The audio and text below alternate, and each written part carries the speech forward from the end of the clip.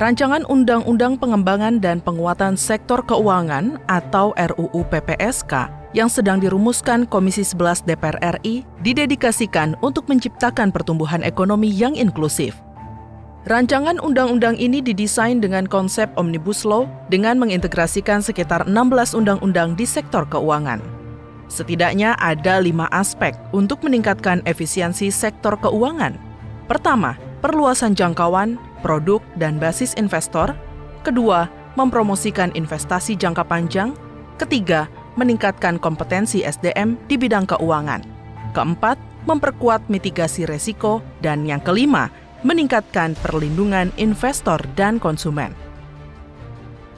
RUU PPSK diharapkan mampu meningkatkan kesejahteraan masyarakat, termasuk UMKM yang saat ini perlu dibina dan dilindungi.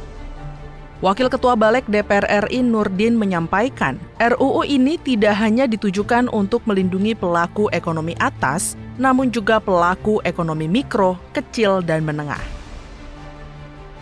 Karena kita berharap dengan pengaturan yang lebih baik lagi, hasil yang dimaksudkan untuk meningkatkan kesejahteraan masyarakat itu akan lebih tercapai lagi.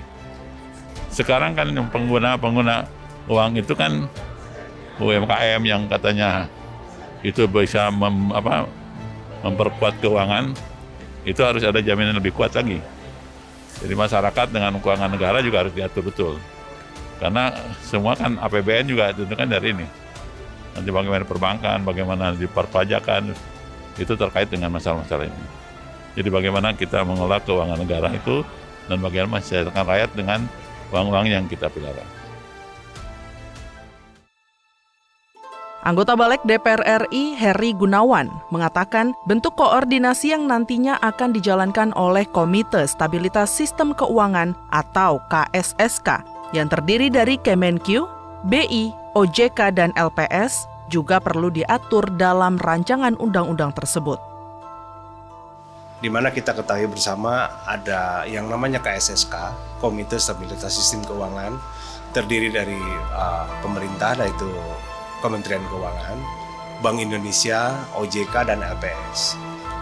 Keempat bagian ini tentunya akan lebih baik kalau kita coba sinkronkan mengenai pencegahan dan penanganan sistem krisis keuangan, mengingat baru-baru ini kita sudah mengalami pandemi dan juga kondisi global yang masih tidak menentu, terjadinya perang antara Ukraina dan Rusia, dan beberapa perkembangan industri keuangan yang memang sangat masif, seperti contoh adanya uang digital, seperti contoh adanya kripto, seperti contoh adanya industri fintech, yang tentunya beberapa bagian ini belum diatur secara gamblang di dalam sebuah undang-undang. Ketua Balik DPR RI Supratman Andi Aktas mengatakan, secara garis besar, rancangan Undang-Undang PPSK tidak hanya terkait dengan industri, tetapi juga mengatur bagaimana koordinasi antara lembaga jasa keuangan dengan 4 regulator di pemerintah. Supratman berharap rancangan undang-undang tersebut bisa disahkan pada akhir tahun ini, mengingat potensi inflasi yang bisa terjadi sewaktu-waktu harus diantisipasi.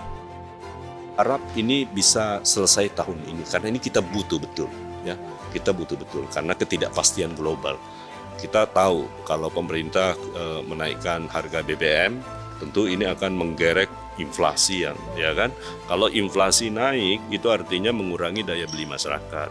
Mengurangi daya beli masyarakat, tahu enggak bahwa PDB kita itu ditopang 52% dari konsumsi masyarakat. Itu artinya pertumbuhan kita itu ditopang oleh konsumsi. Tapi kalau daya beli masyarakat nggak ada, otomatis pertumbuhan kita nggak mungkin tercapai. Ya nggak? Pasti lebih rendah. Nah, itu hal-hal yang paling krusial. Kenapa itu penting sekali?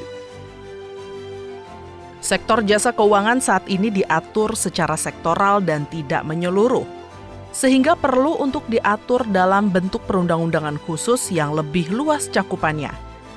Kehadiran RUU PPSK ini diharapkan dapat menjamin terselesaikannya seluruh persoalan pada sektor keuangan dan berperan secara maksimal dalam pengembangan sektor keuangan di Indonesia. Tim Liputan TVR Parlemen melaporkan.